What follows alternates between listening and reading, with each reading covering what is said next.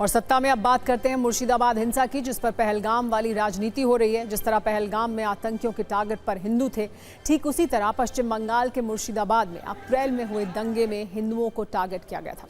ये कोई दावा नहीं है, बल्कि मुर्शिदाबाद हिंसा में फैक्ट फाइंडिंग कमेटी की रिपोर्ट में ऐसा कहा गया है।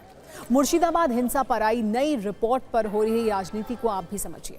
एक तरफ मुर्शिदाबाद की हिंसा है, दूसरी तरफ जम्मू कश्मीर के पहलगाम में 22 अप्रैल 2025 का वो आतंकी अटैक है।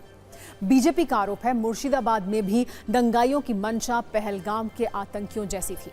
TV9 भारतवर्ष के पास रिपोर्ट की एक कॉपी है, जिसमें 11 अप्रैल 2025 की पूरी कहानी बताई गई है। बार बार हिंदू शब्द का जिक्र किया गया है। ये कहा गया है कि हिंदुओं को टारगेट कर दंगाइयों ने हमला किया था। सियासी तौर पर बीजेपी ने इसकी तुलना पहलगाम से की है। ऐसे में हमने एक टेबल बनाया है जो ये बताता है कि बीजेपी ने कैसे दोनों घटनाओं को आमने सामने रखकर टीएमसी को अपने निशाने पर ले लिया है।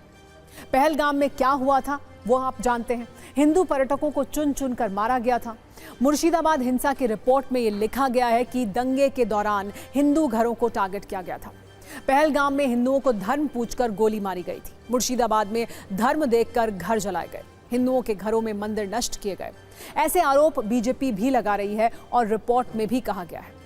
पहलगाम में आतंकियों ने ऐसी जगह चुनी जहां मदद पहुंचने में देर लगे। वहीं मुर्शिदाबाद में दंगाइयों ने हिंदू घरों में पानी का कनेक्शन काट दिया था, ताकि आग लगाने के बाद इसे बुझाया ना जा सके। पहलगाम में आतंकियों ने 26 लोगों की हत्या की थी। मुर्शिदाबाद में दंगाइयों की आग में 113 घर प्रभावित हुए। इसमें ज्यादातर घर हिंदुओं के थे, ये भी रिपोर्ट में कहा गया है। पहलगाम में आतंकियों ने हमले से पहले रेकी की थी। मुर्शिदाबाद में दंगाइयों ने पहले अटैक के बाद ये देखा कि हिंदुओं के कितने घर बचे हुए हैं। उसके बाद इन घरों को टारगेट किया। पहलगाम में पर्यटकों को आतंकियों ने धमकी दी थी। मुर्शिदाबाद में दंगाइयों ने गांव वालों को धमकी दी, जिसके बाद बड़ी संख्या में हिंदू पलायन को मजबूर हुए।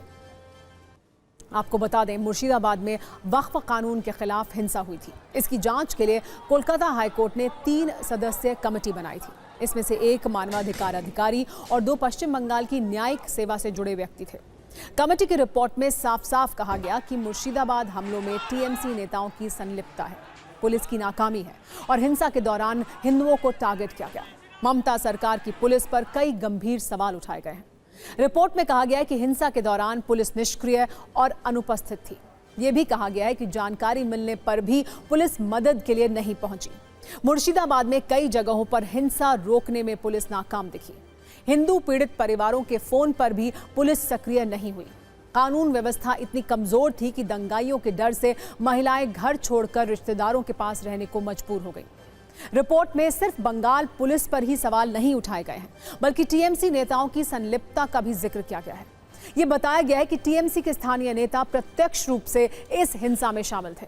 रिपोर्ट में लिखा गया है कि टीएमसी के स्थानीय नेताओं ने हिंसा का नेतृत्व किया था। यह भी कहा गया है कि टीएमसी के स्थानीय पार्षद की मौजूदगी में हिंसा हुई।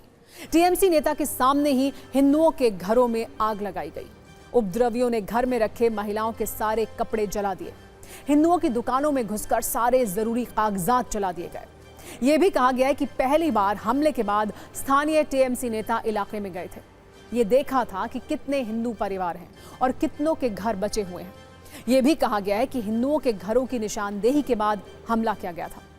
आप अंदाजा लगा सकते हैं हिंसा के बाद पश्चिम बंगाल में हिंदुओं की स्थिति कैसी रही होगी और क्यों हिंदू मुर्शिदाबाद छोड़कर दूसरे इलाकों में पलायन कर रहे थे। क्यों हिंदू परिवार रातों रात घर, जमीन, दुकान सब कुछ छोड़कर पश्चिम बंगाल के दूसरे जिलों में जा रहे थे। मुर्शिदाबाद हिंसा पर अब राजनीति भी जबरदस्त हो रही है। बीजेपी का कहना है कि मुर्शिदाबाद में हिंदुओं को लेकर टीएमसी की सोच उजागर हो चुकी है। टीएमसी का नकाब उतर चुका है। वहीं टीएमसी के नेता बीजेपी पर यह कटाक्ष कर रहे हैं कि पहलगाम में आतंकी हमला नहीं रोक सके, अब मुर्शिदाबाद हिंसा पर बेवजह पहलगाम वाली राजनीति की जा रही है। बीजेपी का कहना है कि हिंदू घरों में पानी कनेक्शन काटा गया ताकि आग न बुझ सके। इस पर टीएमसी के नेताओं की यह दलील है कि बंगाल में सबको हमने ही पानी दिया, इसे बंद क्यों करेंगे। बीजेपी का कहना यह है कि ममता बनर्जी को बंगाल से माफी मांगनी चाहिए। वहीं टीएमसी का कहना यह है कि बीजेपी मुर्शिदाबाद हिंसा पर डर्टी पॉलिटिक्स कर रही है।